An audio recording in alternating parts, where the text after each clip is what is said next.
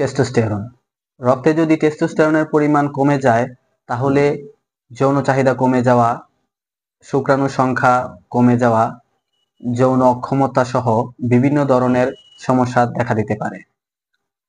Testosterone কি, টেস্টোস্টেরনের normal level কত এবং কিভাবে এই টেস্টোস্টেরন লেভেলটাকে বাড়ানো যায় বিস্তারিত আজকে আমরা এই ভিডিওতে আলোচনা করব। ভিডিওটি শেষ পর্যন্ত দেখুন, ইনশাআল্লাহ আপনার কাজে লাগবে। টেস্টোস্টেরন হচ্ছে একটি মেইন হরমোন যেটি পুরুষদের সেক্সুয়াল অ্যাক্টিভিটি মেইনটেনেন্স এবং ডেভেলপমেন্ট করে থাকে। তো এই টেস্টোস্টেরন নরমাল লেভেল হচ্ছে 300 থেকে 1000 ন্যানোগ্রাম পার ডেসিলিটার। এটি একটি ব্লাডের টেস্টের মাধ্যমে জানতে হয়। তো এই টেস্টোস্টেরনের পরিমাণ কিভাবে বাড়ানো যায় মেডিসিন ছাড়া ন্যাচারাল উপায়ে, এটি আমরা বলি। এটিকে আমরা তিনটি ভাগে ভাগ করেছি, যেমন হেলদি ডায়েট, এক্সারসাইজ, তারপর হচ্ছে ডিপ স্লিপ অর্থাৎ স্লিপ। তিনটা ভাগে আমরা ভাগ করি। তো প্রথমে হচ্ছে হেলদি ডায়েট। আমাদের কি কি খাবারের মাধ্যমে আমাদের টেস্টোস্টেরন লেভেলটাকে বুস্ট করানো যায় বা বাড়ানো যায় এটি আমরা বলি। দৈনিক আমাদের খাবারের লিস্টে রাখতে হবে তৈলাক্ত কিছু মাছ, যেগুলো হচ্ছে যেমন চিতই, বোয়াল, রুই, কাতলা।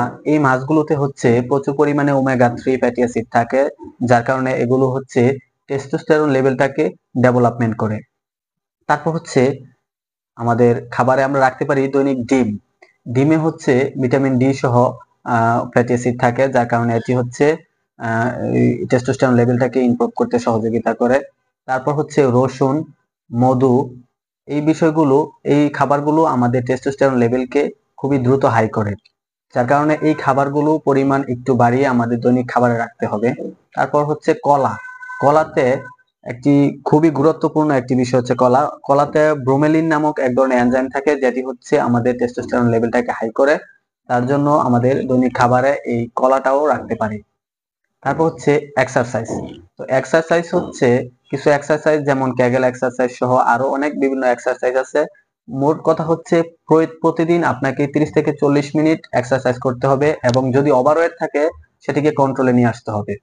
তারপর হচ্ছে ডিপ স্লিপ অর্থাৎ গভীর ঘুম। গভীর ঘুমে হচ্ছে টেস্টোস্টেরন লেভেলটা হচ্ছে সিনথেসাইজ হয় বা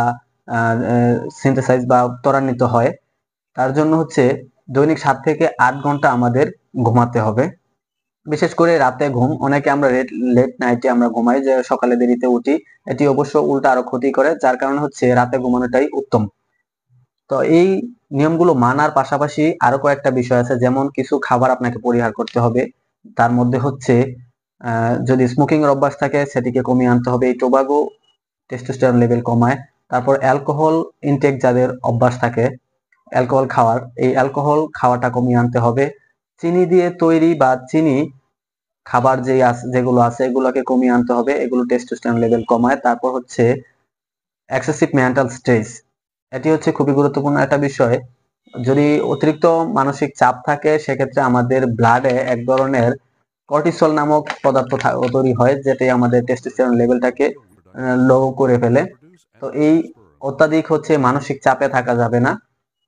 এই বিষয়গুলো আপনাকে মানতে হবে, মানলেই হচ্ছে আপনি ভালো থাকতে পারবেন, আপনার টেস্টোস্টেরন লেভেলটাকে হাই করতে পারবেন এবং যৌন জীবনে সুখী হতে পারবেন।